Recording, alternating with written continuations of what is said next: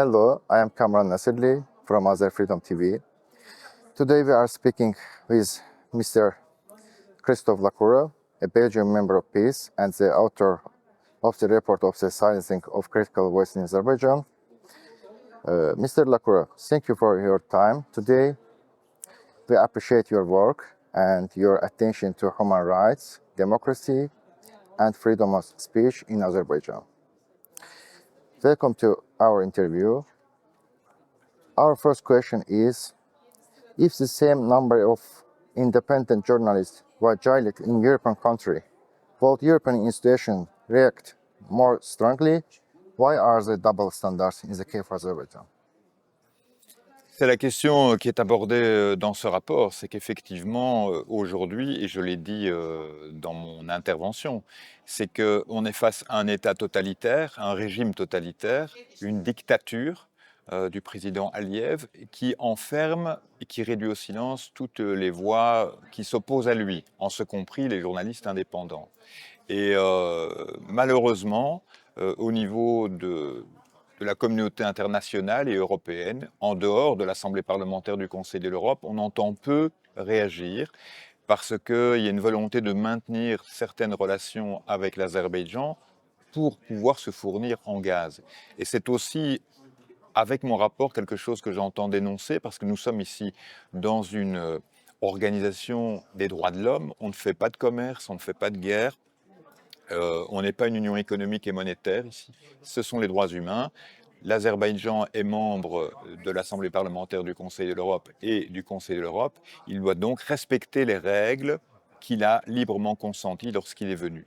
Donc, et l'Union européenne doit être aussi respectueuse de ses engagements par rapport au combat qu'elle doit mener pour la libération des journalistes et pour une presse libre et indépendante.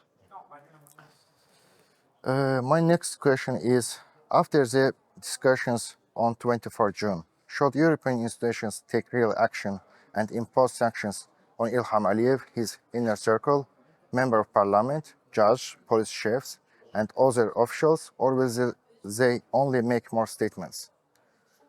Oui, écoutez, en fait, un des problèmes que l'on a aujourd'hui, et je le demande à travers le rapport, c'est que au niveau de la Cour européenne des droits de l'homme, il n'y a pas de désignation d'un nouveau juge par l'Azerbaïdjan. Ça, c'est un premier problème, parce que c'est un problème qui permet à l'Azerbaïdjan de dire aujourd'hui, eh bien, moi, je ne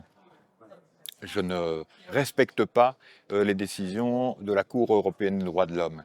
Et en fait, ils maintiennent toujours un juge actuellement qui ne devrait plus l'être. Et donc c'est un souci important qui figure dans mon rapport où on demande aujourd'hui à l'Azerbaïdjan de se configurer au règlement et d'appliquer également tous les arrêts de la Cour européenne des droits de l'homme qui concernent ce pays. Could you also tell us, if there is no real democratic and legal path for the opposition to come to power in Azerbaijan, what steps can the Council of Europe take to change this situation? Alors là, c'est évidemment la voie du dialogue que nous ouvrons à nouveau. Donc, on demande à l'Azerbaïdjan de respecter les textes auxquels il a donné sa signature. Et il faut donc libérer les prisonniers politiques, il faut libérer les journalistes, il faut restaurer l'état de droit et donc implémenter correctement la démocratie en Azerbaïdjan. C'est fondamental pour nous. Et donc, aujourd'hui, ce rapport est une nouvelle voie vers le dialogue renouvelé et sincère.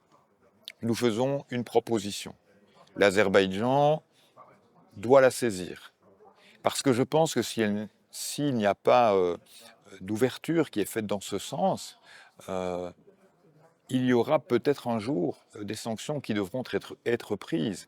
Alors non pas par le Conseil de l'Europe qui n'a pas les moyens de sanctionner un État membre, mais peut-être que l'Union européenne va prendre des sanctions à l'égard des membres du gouvernement, à l'égard du président Aliyev, à l'égard de personnalités qui franchissent toutes les limites de l'infranchissable en matière de droits démocratiques.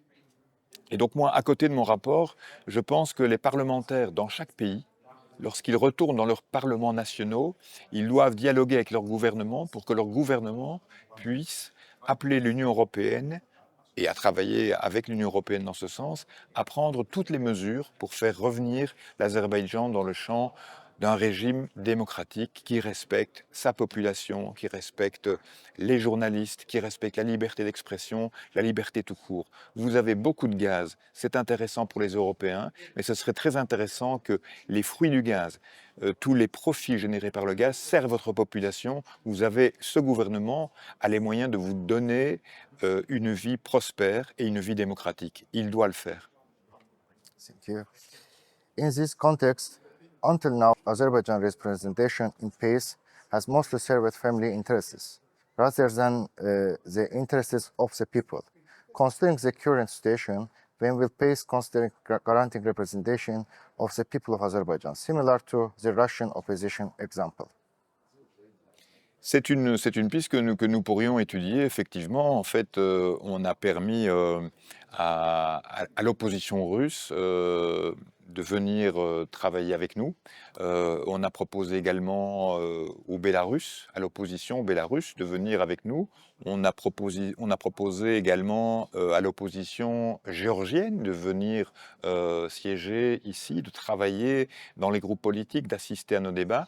Ce serait une piste qui serait intéressante à creuser, qui ne figure pas dans mon rapport, je vous l'avoue, mais je trouve que c'est une piste intéressante parce que nous disposons d'un bureau à Bakou, d'un bureau du Conseil de l'Europe, pas de l'Assemblée parlementaire, mais du Conseil de l'Europe en général. Donc nous avons l'occasion de pouvoir renourrir le dialogue avec la société civile qui est sous les radars, qui résiste en silence, avec tous ceux qui sont encore libres et qui font et qui doivent faire très attention à eux.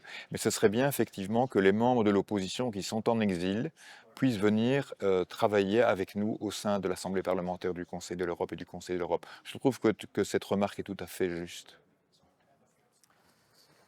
When decisions about Azerbaijan are made, are human rights taken seriously, or does Europe's need for Azerbaijan oil and gas plays a main role? Oui, mais j'y ai déjà un peu répondu tout à l'heure. C'est un peu l'hypocrisie liée à ce débat.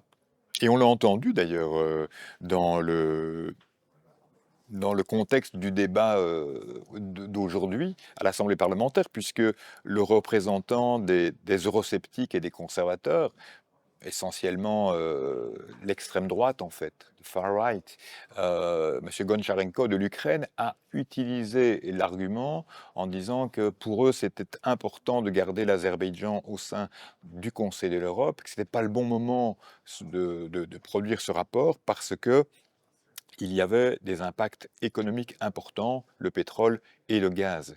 Mais en fait, c'est assez hallucinant de dire ça, parce que il tolère en fait un régime qui est comparable à celui que Vladimir Poutine a installé en Russie et qui a justifié l'invasion de l'Ukraine par la Russie. Donc aujourd'hui, effectivement, on doit distinguer le prix du gaz, le prix du pétrole, du prix du sang. Et pour moi, c'est le prix du sang qui est fondamental.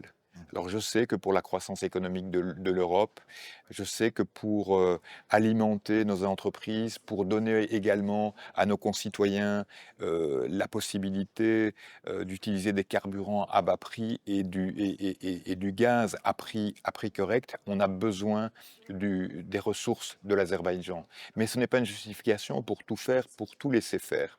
Et donc je crois qu'à côté des accords commerciaux, de fourniture d'énergie, on doit pouvoir négocier des avancées en matière des droits de l'homme et donc profiter justement des négociations pour entamer ces débats. What influence mechanisms can European institutions use to secure the release of Namzet Safarov, chairman of the Azerbaijan Popular Parliament, exiled, Ali Karimli, chairman of the Azerbaijan Popular Front Party, and independent journalists? Alors, ce rapport est une étape. C'est une étape qui objective la situation et qui cite notamment les personnes que vous avez nommées, qui cite les cas les plus graves, qui parle même de sévices sexuels vis-à-vis de femmes journalistes emprisonnées. Et donc, dans mon rapport, on demande au secrétaire général du Comité des ministres et du Conseil de l'Europe de manière générale d'exiger de l'Azerbaïdjan de lui fournir un rapport sur le respect de l'état de droit dans le pays. Donc ça, c'est une première étape. La deuxième, c'est qu'on fournit notamment une demande pour laquelle nous attirons donc l'attention du Comité des ministres du Conseil de l'Europe, c'est que les rapports du Comité de prévention contre la torture dans les prisons puissent être également publiés. Et donc il faut, je pense, très sincèrement, activer tous les réseaux d'information possibles pour que la vérité se fasse sur le régime du président Aliyev et qu'il n'ait plus l'occasion de pouvoir nier l'évidence. Et c'est la meilleure manière aussi d'apporter de l'aide à ceux qui sont en exil. Et je pense, et c'est aussi ce qui figure dans mon rapport, que l'Union européenne et les pays membres de l'Union européenne ou les pays membres du Conseil de l'Europe doivent protéger les journalistes en exil. Et donc, c'est-à-dire qu'on doit faciliter les demandes d'asile, les demandes de protection. On ne peut pas refouler ces journalistes ou ces personnes de la société civile ou ces exilés politiques, on ne peut pas les refouler, on doit absolument les protéger. Et ça, l'Union européenne, les pays membres de l'Union européenne, les pays membres du Conseil de l'Europe doivent être très attentifs et avoir une politique volontariste de protection pour toutes ces personnes. Finally, as a European politician, what message would you like to give the people of Azerbaijan about democracy and human rights? Je leur dirais ceci. Le titre de mon rapport, c'était Réduire au silence les voix dissidentes en Azerbaïdjan. Et donc je pense qu'à travers mon rapport, et je le dis très modestement, on a réouvert la possibilité pour les voix dissidentes en Azerbaïdjan, celles qui plaident pour la démocratie, pour la liberté d'expression, la liberté tout court, de pouvoir à nouveau s'exprimer. Et nous avons marqué une étape, je pense, dans le dialogue que nous voulons renouer avec l'Azerbaïdjan en rappelant toute une série d'exigences que nous avons et en invitant les pays membres de l'Assemblée parlementaire du Conseil de l'Europe et du Conseil de l'Europe d'agir dans leurs politiques des affaires étrangères respectives pour que nous soyons en soutien de ce peuple qui est un peuple magnifique, qui est sorti d'une dictature communiste il y a quelques années et qui a replongé aujourd'hui dans une forme de totalitarisme aveugle qui détruit tout, qui détruit des vies, qui détruit des familles, qui détruit la liberté. Et donc, je leur dis d'abord tout mon respect et je leur dis qu'ils ne sont pas oubliés, qu'on est là pour les soutenir et qu'on est là pour les protéger dans la mesure de nos compétences ici au sein de l'Assemblée parlementaire du Conseil de l'Europe. Dear Mr. Lacroix, thank you for your time and answering your questions. Thank you also for your efforts of the people of Azerbaijan. I wish you good healthy, happiness and success in your work future. Thank you. Thank you very Thank you, much. sir. Thank you.